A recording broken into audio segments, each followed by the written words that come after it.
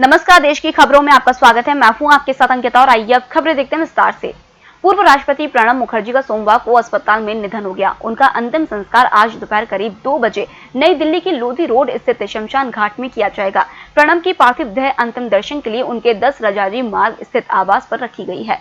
प्रधानमंत्री नरेंद्र मोदी, रक्षा मंत्री राजनाथ सिंह, सीडीएस बिपिन रावत और तीनों सेनाओं के प्रमुखों ने पूर्व राष्ट्रपति को श्रद्धांजलि दी। कोरोना प्रोटोकॉल के साथ अंतिम संस्कार किया जाएगा।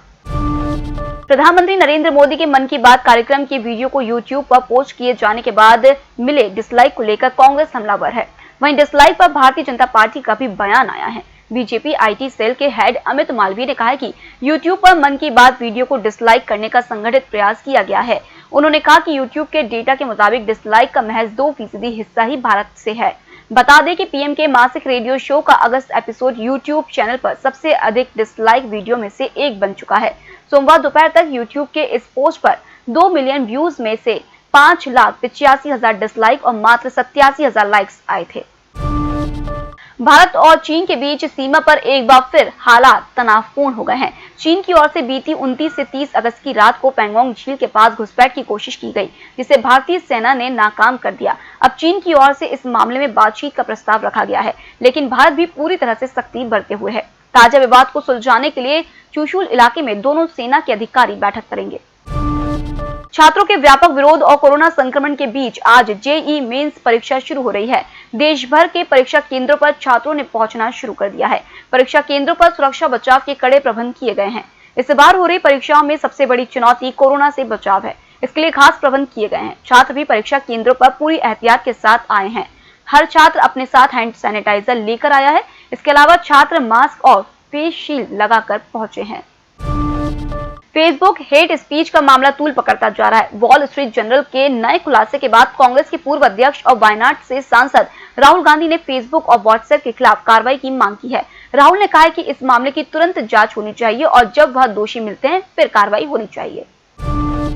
सितंबर में भी बाढ़ की कोहराम से आधे भारत में तबाही ही तबाही दिख रही है। इस बीच मौसम विभाग ने उत्तर और दक्षिण भारत के साथ ही पूर्वोत्तर के कई हिस्सों में अगले 2 दिन के लिए भारी बारिश का पूर्वानुमान जताया है। विभाग के मुताबिक पश्चिमी राजस्थान के दूर दराज के इलाकों में मंगलवार को भारी से बहुत भारी बारिश होने का अनुमान है।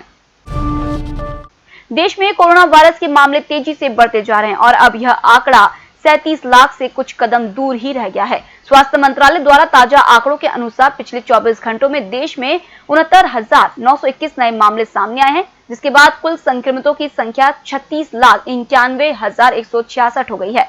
वहीं इस दौरान 819 लोगों की मौत हुई है।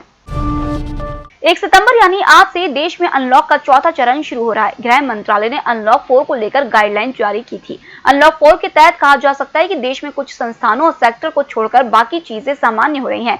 चौथे चरण के इस अनलॉक में कई छूट दी गई है। हाँ, लेकिन कंटेनमेंट जोन्स के लिए अभी 30 सितंबर तक सख्त नियम रहेंगे। बिहार की राजधानी पटना में बिहार मिलिट्री पुलिस यानी बीएमपी के कैंपस में एक महिला और पुरुष कांस्टेबल ने खुद को गोली मार ली। घटना पटना स्थित बीएमपी 1 के कैंपस की है, जहां आज सुबह गोलीबारी की घटना हुई। एक साथ 2 कांस्टेबल द्वारा खुद को गोली मारे जाने से मौके पर अफरा तफरी मच गई। मामले की जानकारी देते हुए पटना के एसएसपी उपेंद्र शर्मा ने भी इस घटना की पुष्टि की है। मुंबई के क्रॉफर्ड मार्केट में सोमवार को तेज रफ्तार कार के पलटने से 4 लोगों की मौत हो गई। इस भीषण हादसे में 4 अन्य लोग गंभीर रूप से घायल हुए हैं। घायलों को अस्पताल में भर्ती कराया गया है। जानकारी के अनुसार हादसे की सूचना मिलते ही मुंबई पुलिस क्रॉफर्ड मार्केट पहुंची और घायलों को जेजे अस्पताल में भर्ती कराया। अस्पताल में अभी घायलों की स्थिति गंभीर बनी हुई है। मणिपुर में सोमवार देर रात करीब 2:39 पर भूकंप के झटके महसूस किए गए। नेशनल सेंटर फॉर सिस्मोलॉजी के अनुसार भूकंप की तीव्रता रिक्टर पैमाने पर 5.1 आंकी गई है। भूकंप का केंद्र मणिपुर के 55 किलोमीटर पूर्व में उखरुल में था। बता दें कि इससे पहले बीती 11 अगस्त की शाम को भी मणिपुर में भूकंप के झटके महसूस किए गए थे। नेशनल सेंटर फॉर सिस्मोलॉजी ने जानकारी दी थी कि यह भूकंप शाम 7:27 पर आया था। मोइरंग से 43 किलोमीटर दक्षिण इस भूकंप का केंद्र था और तीव्रता 4.0 मापी गई थी। इस दौरान किसी भी तरह के जानमाल के नुकसान की खबर नहीं मिली है। सुप्रीम कोर्ट ने एक अहम फैसले में कहा है कि एनडीपीएस मामले अगर जांच अधिकारी ही शिकायत करता है तो किसी अभियुक्त को बरी करने का एकमात्र आधार नहीं हो सकता है। कोर्ट ने कहा कि शिकायतकर्ता और जांच अधिकारी एक ही हो तो यह आरोपी के खिलाफ कोई पक्षपात नहीं है। Justice Arun Mishra, justice Indira Banerjee, justice Vineet Saran, justice MR. Shah और जस्टिस एस. रविंद्र भट्ट की संविधान पीठ ने कहा कि जांच करने वाला अधिकारी भी शिकायतकर्ता हो सकता है, सिर्फ इसलिए कि शिकायतकर्ता जांच अधिकारी है। यह जांच को कम नहीं करता है। इसमें पूर्वाग्रह का आरोप सही नहीं है।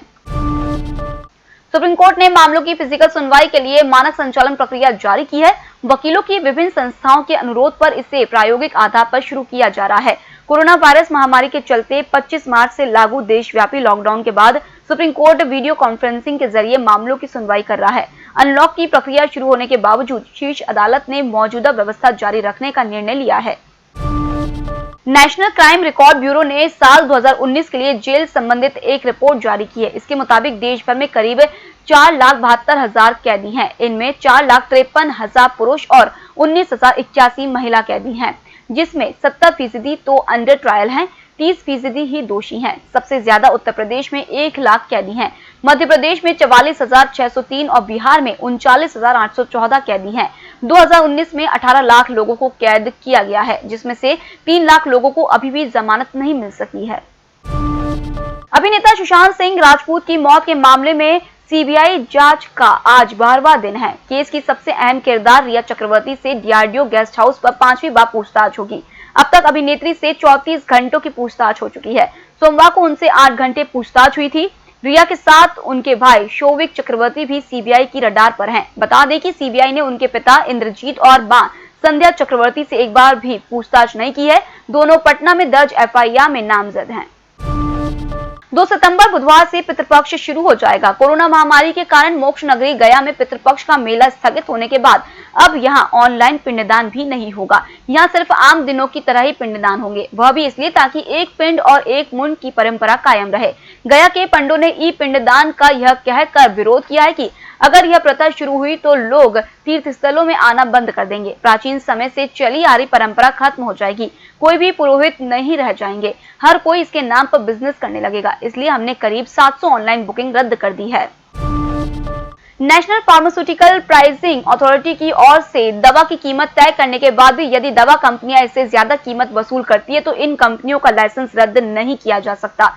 ड्रग्स कंसल्टेटिव कमेटी ने कहा है कि ड्रग्स एंड कॉस्मेटिक्स रूल्स में ऐसा कोई प्रावधान नहीं है जिससे लाइसेंस रद्द किया जा सके। इससे पहले ड्रग्स टेक्निकल एडवाइजरी बोर्ड ने भी ऐसी कंपनियों के लाइसेंस रद्द करने से इनकार कर दिया था। संसद की स्थायी समिति ने अपनी 54वीं रिपोर्ट में कहा है कि दवा कंपनी यदि तय कीमत से ज्यादा पैसा वसूल करती है या अपनी मर्जी से दवा की कीमत तय करती है तो इनसे ब्याज सहित जुर्माना वसूल जाए। प्रवर्तन निदेशालय ने बताया कि उसने निलंबित आप नेता ताहिर हुसैन को गिरफ्तार कर लिया है। ईडी के मुताबिक ताहिर को इस साल फरवरी में हुई दिल्ली दंगों से जुड़े मनी लॉन्ड्रिंग के मामलों में गिरफ्तार किया गया है। ईडी के एक अधिकारी ने बताया कि एजेंसी ने ताहिर को prevention of money laundering act के तहत गिरफ्तार किया है। उसे दिल्ली की एक कोर्ट से ताहिर की 6 दिन की रिमांड भी मिल गई है। ईडी के मुताबिक ताहिर से तबलीगी जमात के प्रमुख मौलाना साद से उसके संबंधों के बारे में भी पूछताछ की जाएगी। गोरखपुर के डॉक्टर कफील खान के ऊपर से एनएसए हटाने का आदेश दिया गया है। इलाहाबाद हाई कोर्ट ने एनएसए हटाने का आदेश जारी करते हुए डॉक्टर कफील खान को तुरंत रिहा करने का निर्देश दिया है। बता दें कि डॉक्टर कफील पर एनएसए लगाने को चुनौती दी गई थी। डॉक्टर कफील की मां नुजहत परवीन की ओर से बंदी प्रत्यक्षीकरण याचिका दाखिल की गई थी। दरअसल डॉक्टर कफील पर नागरिकता संशोधन कानून और एनआरसी को लेकर भड़काऊ भाषण देने के मामले में एनएसए के तहत कार्रवाई की गई थी। डीएम अलीगढ़ ने नफरत फैलाने के आरोप में डॉक्टर कफील पर एनएसए लगाया था। पिछले कई महीनों से कफील खान मथुरा जेल में बंद है। फिलहाल इस बुलेटिन में इतना ही। आप बने रहिए ईएमएस टीवी के साथ। नमस्कार। होटल गौरीश्री भोपाल शहर के बीचों बीच स्थित ठहरने की सर्व सुविधा युक्त जगह है। Room available in affordable prices और facilities free WiFi, AC, TV, parking, security, lift, full sanitized room, toiletry kit. Hotel Gaurishri, hall number 8, Chittor complex, MP Nagar, zone 1, Bhopal. Phone number 7898128620। निष्पक्ष, निर्भीक और विश्वसनीय खबरें देखें सिर्फ ईएमएस टीवी पर। डाउनलोड करें ईएमएस न्यूज ऐप। सत्ता के गलियारों से गांव की गलियों तक देखिए हर खबर अपने मोबाइल पर। डाउनलोड कीजिए ईएमएस न्यूज ऐप।